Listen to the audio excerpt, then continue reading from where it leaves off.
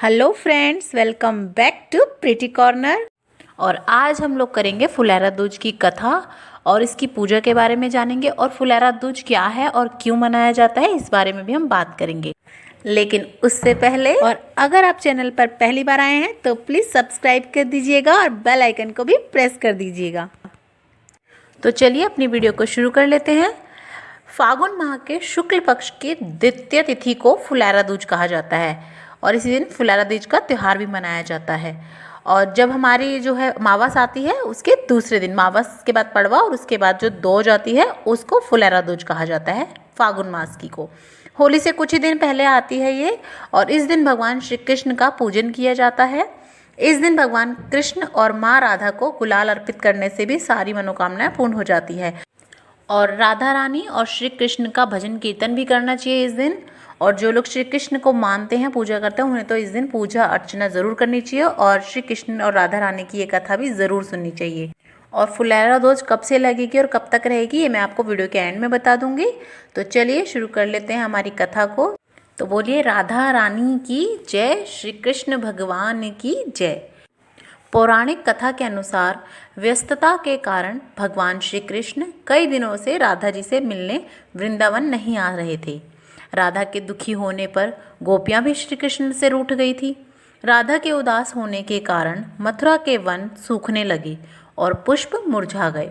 वनों की स्थिति के बारे में जब श्री कृष्ण को पता चला तो वह राधा से मिलने वृंदावन पहुँचे।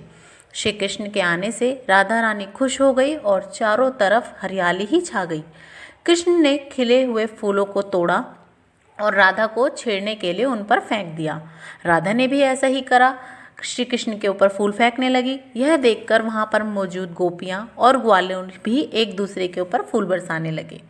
इसीलिए कहते हैं कि तभी से हर साल मथुरा में भी फूलों की होली खेली जाती है और इस दिन को बहुत ही चाव के साथ मनाया जाता है, फुलेरा दूज वाले दिन।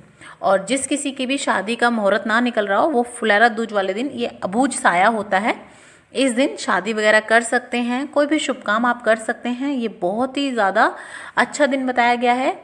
और इस दिन भगवान श्री कृष्ण और राधा रानी को जो है गुलाल लगाना चाहिए, साथ ही साथ उनके साथ थोड़ी सी फूलों की होली खेलनी चाहिए, फूल अर्पित करने चाहिए और सफ़ेद मिठाई का भोग लगाना चाहिए इस दिन भगवान श्री कृष्ण को और राधा रानी को। अगर ये सब कुंवारी कन्याएं करती हैं तो उन्हें मनवांछित फल और वर प्राप्त होता है।